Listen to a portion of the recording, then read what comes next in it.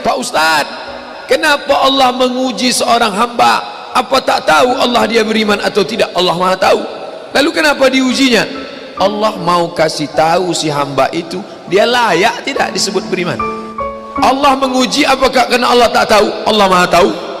Wa na'lamu ma tuwaswisu bihi nafsuh. Apa yang berbisik-bisik dalam hatinya kami tahu. Lalu kenapa dia uji? Nampaknya Allah tak tahu saya ini beriman apa tidak, makanya dia uji saya. Allah Maha tahu.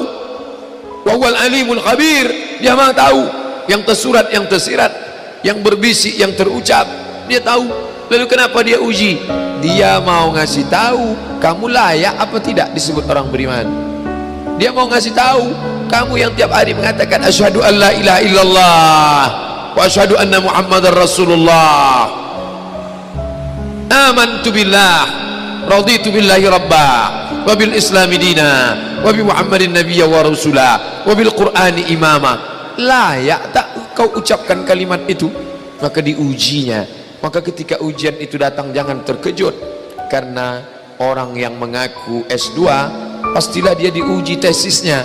Orang yang mengaku doktor pastilah diuji disertasinya. Kalau ada mengaku doktor tapi belum menulis disertasi, berarti palsu. Kalau ada mengaku layak menjabati suatu tempat tapi belum teruji, berarti palsu. Yang palsu tak layak untuk menerima hadiah. Bapak Ibu yang dimuliakan Allah Subhanahu wa taala, maka ketika ujian itu datang, pada hari silih berganti itulah datang ujian.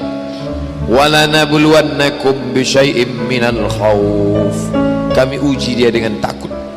Ujian yang pertama khauf, takut.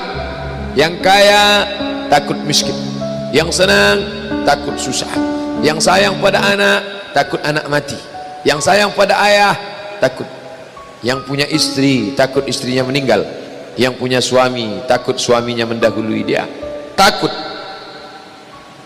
Apakah takut itu bisa membuat orang menjadi kafir? Ya, saking takutnya miskin menghalalkan segala cara yang mestinya bukan hak milik dia, dipindah alih nama, menyogok riswah, memakan dengan cara batil. Mengapa orang menjadi menghalalkan segala cara? Yang pertama karena takut. Betapa rasa takut kalau sudah menguasai orang, dia bisa membuat orang menghalalkan segala cara. Seorang istri terlalu takut kehilangan suami, bisa jadi dia menjadikan cara-cara yang tidak disyariatkan Allah. Dandanannya tidak lagi menurut tuntunan Al-Quran, raut wajahnya tidak lagi memakai pakaian yang dibenarkan syariat Islam. Apa yang membuat orang melakukan perbuatan haram? Takut. Artis ingin eksis di panggung hiburan, maka dia buka yang tidak semestinya dilihat oleh bukan mahramnya. Apa yang membuat orang takut? Takut, takut, takut. Walanabluwannakum bisyai'im minal khauf. Kami uji kalian dengan rasa takut. Walju', lapar. Lapar, di mana letak lapar? Perut. Berapa panjang perut? Sejengkal. Gara-gara perut yang sejengkal orang menghalalkan segala cara. Sejengkal perut, sejengkal di atas pusar, sejengkal di bawah pusar. Nafsu perut, nafsu syahwat. Kedua-dua nafsu ini membuat orang menjadi menghalalkan segala cara haram. Mati, sakit, takut mati, takut sakit, takut susah, takut melarat. Wathamarat, takut buah-buahan hilang, takut paceklik, takut kemarau panjang, sampai-sampai meminta kepada setan, sampai-sampai memandikan kucing, sampai-sampai membuat sajen. Gara-gara apa itu semua? Takut, takut, takut. Wabasyiris sabirin. Berikanlah kabar gembira kepada orang-orang yang sabar. Siapa itu? Alladzina idza asabathum musibah. Orang-orang yang ketika dia ditimpakan ujian itu, apa kata mereka? Qalu, mereka berkata, inna lillah wa inna ilaihi raji'un. Jangankan harta kami, jangankan anak kami, jangankan suami kami, jangankan rumah kami, jangankan jabatan kami, inna lillah, diri kami ini pun milik Allah, bukan punya kami. Kalau dia yang punya, apa salahnya dia ambil? Maka ketika harta diambil, salah satu yang membuat manusia kehilangan ketika dia merasa memiliki. ini punya saya, ini milik saya.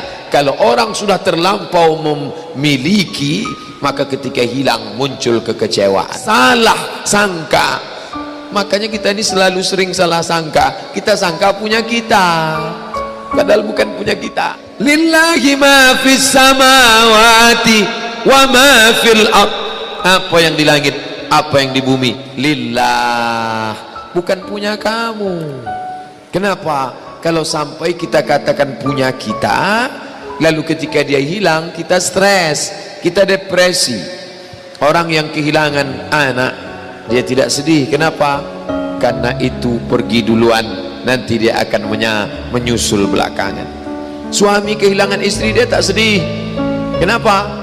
Karena sudah dibawanya ganti yang baru, Pak Ustadz. Bukan, dia tak sedih. Kenapa? Karena dia tahu nanti saya akan berjumpa dengan dia di tempat yang lebih kekal abadi. Sekarang kalau saya hidup sama-sama dia, dia tua, dia keriput, dia sakit, dia mati.